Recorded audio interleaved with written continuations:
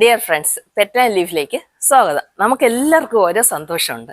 എന്നാൽ നമ്മുടെ കൈ കൊണ്ട് നട്ട് അതിനെ വെള്ളമൊക്കെ ഒഴിച്ച് വളവും എല്ലാം കൊടുത്ത് ഒരു ചെടി അതിനകത്തുനിന്ന് ഒരു പൂ വിരിഞ്ഞ് കാണുമ്പോൾ ഉണ്ടാകുന്ന ആ ഒരു സന്തോഷം മാധുര്യമേറിയതാണ് അല്ലേ?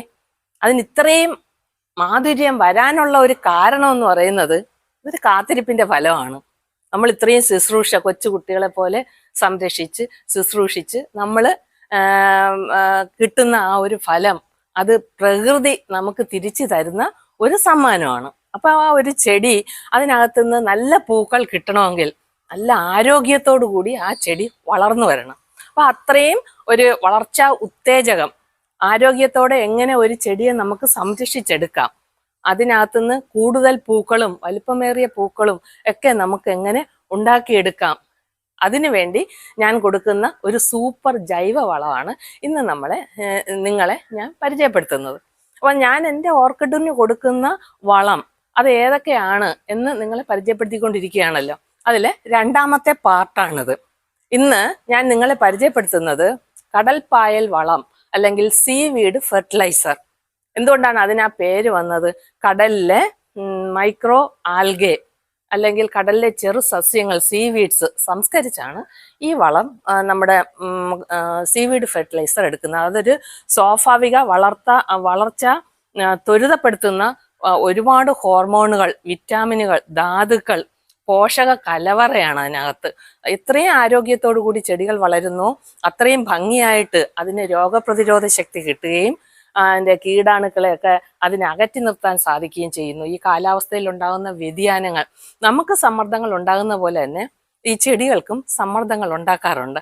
ആ സമ്മർദ്ദത്തെ ചെറുക്കാനും അതിനെ സഹായിക്കുന്ന ഒരു സൂപ്പർ ജൈവവളമാണ് ഇന്ന് പരിചയപ്പെടുത്തുന്നത്. ഇതിനകത്ത് ഈ വളത്തിനകത്ത് നമ്മുടെ പ്രധാന മൂലകങ്ങളായ നൈട്രജൻ, ഫോസ്ഫറസ്, പൊട്ടാഷ്യത്തിന് പുറമെ കാൽസ്യം, മഗ്നീഷ്യം, സിങ്ക്, അയൺ തുടങ്ങി 60 സൂക്ഷ്മ മൂലകങ്ങളും വളർച്ചയെ ത്വരിതപ്പെടുത്തുന്ന ഹോർമോണുകളും എല്ലാം അടങ്ങിയിട്ടുണ്ട്. അത്ര സൂപ്പറായിട്ടുള്ള ഒരു ജൈവ വളമാണ്.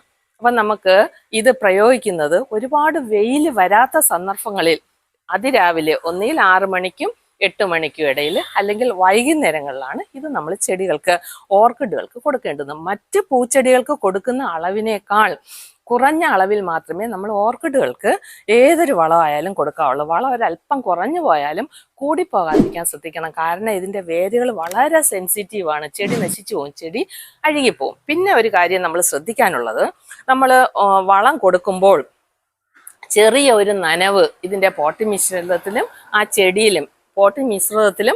ചെടിയിലും ചെറിയൊരു നനവുണ്ടായിരിക്കണം. നമ്മളത് ഫോളിയാറായിട്ടാണ് ഇലകളിൽ സ്പ്രേ ചെയ്ത് കൊടുക്കുകയാണ് ചെയ്യുന്നത്. സ്പ്രേ ചെയ്യുമ്പോൾ അതിൻ്റെ വേരുകളിലും ഇലകളുടെ മോൾഭാഗത്തും അടിഭാഗത്തും ഒക്കെ നല്ലതുപോലെ അത് കുളിപ്പിച്ച് നമ്മൾ സ്പ്രേ ചെയ്യണം. അതിൻ്റെ കൂമ്പിൽ, അതായത് മുകളിൽ ഇത് വരാതിരിക്കാൻ നല്ലതുപോലെ ശ്രദ്ധിക്കണം. അപ്പോൾ ആ വളം ഒന്ന് നമുക്ക് നോക്കാം. ഞാൻ ഉപയോഗിക്കുന്ന ഒരു സീവീഡ് ഫെർട്ടിലൈസറാണിത്. അത് പല കമ്പനികളുടേതും ഉണ്ട്. ഏത് കമ്പനിയുടെ വേണമെന്ന് വെച്ചാൽ നിങ്ങൾക്കത് ഉപയോഗിക്കാവുന്നതാണ്. നമ്മളെ വളമൊക്കെ വിൽക്കുന്ന കടകളിൽ പോയിട്ട് സീവീഡ് ഫെർട്ടിലൈസർ വേണമെന്ന് പറഞ്ഞാൽ മതി. അപ്പം ഓരോ കമ്പനിയുടെയും കോൺസെൻട്രേഷൻ ചിലപ്പോൾ വ്യത്യാസപ്പെട്ടിരിക്കും. അപ്പം അതിൻ്റെ പുറത്ത് എഴുതിയിരിക്കുന്ന നിർദ്ദേശങ്ങളൊക്കെ നിങ്ങളൊന്ന് വായിച്ചു നോക്കണം. മറ്റ് ചെടികൾക്ക് കൊടുക്കുന്നതിനേക്കാൾ കുറഞ്ഞ അളവിലാണ് നമ്മൾ ഓർക്കിഡ്സിന് വളം കൊടുക്കേണ്ടുന്നത്. ഞാനിവിടെ കൊടുക്കുന്നത് 5 ml 1 ലിറ്റർ വെള്ളത്തിലാണ്. ഈ 5 ദിവസത്തിലൊരിക്കലാണ് പല വളങ്ങൾ, ഈ ഒരു വളമല്ല, ഓരോ വളങ്ങളും ഞാൻ ഓർക്കിഡിന് കൊടുക്കുന്നത്. അപ്പോഴ് നമ്മൾ ഈ സീവീഡ് ഫെർട്ടിലൈസർ വേണമെങ്കിൽ നമുക്ക് 15 ദിവസത്തിലൊരിക്കലൊക്കെ കൊടുക്കാം. പക്ഷേ വേറെയും മറ്റു പല വളങ്ങളും കൊടുക്കുന്നതുകൊണ്ട് മാസത്തിലൊരിക്കലാണ് ഞാൻ ഈ സീവീഡ് ഫെർട്ടിലൈസർ കൊടുക്കുന്നത്. നമ്മളിത് കൊടുക്കുന്നതിന് മുമ്പ് നമ്മുടെ മീഡിയം ആ ചെടിയൊക്കെ ചെറിയൊരു നനവുണ്ടായിരിക്കണം. അത് നിങ്ങൾ പ്രത്യേകിച്ച് ശ്രദ്ധിക്കണം. അപ്പം നമുക്കിത് നോക്കാം. ഞാനിവിടെ 5 ലിറ്റർ വെള്ളമാണ് എടുത്തു വച്ചേക്കുന്നത്. അപ്പോൾ ഒരു 25 ml ഞാൻ എടുക്കുകയാണ്.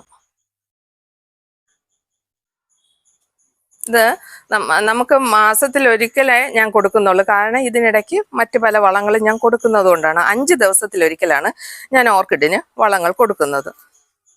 ഇതിന് പറയുന്നത് 15 ദിവസത്തിലൊരിക്കൽ ഈ സീവീഡ് ഫെർട്ടിലൈസർ കൊടുക്കാം എന്നാണ് പറയുന്നതെങ്കിലും ഞാൻ മാസത്തിലൊരിക്കൽ കൊടുക്കാനുള്ള ഒരു ഗ്യാപ്പേ എനിക്ക് കിട്ടുന്നുള്ളൂ.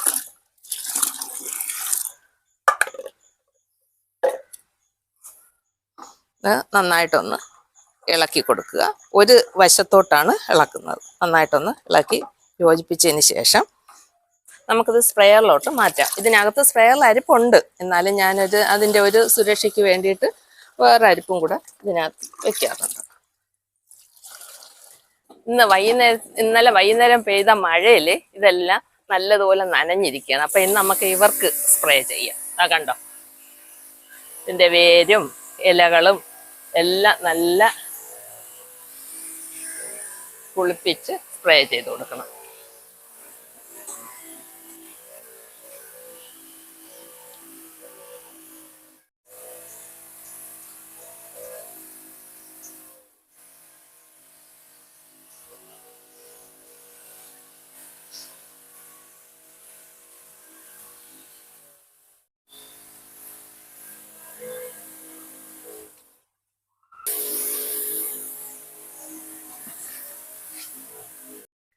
ഇന്നത്തെ എൻ്റെ വീഡിയോ ഇത്രയേ ഉള്ളൂ. അടുത്ത ഒരു വളവുമായിട്ട് അടുത്ത വീഡിയോയിൽ വരാം. ഇത് നിങ്ങൾക്ക് ഉപകാരപ്രദമായെങ്കിൽ ലൈക്ക് ചെയ്ത് ഷെയർ ചെയ്ത് സബ്സ്ക്രൈബ് ചെയ്യുക.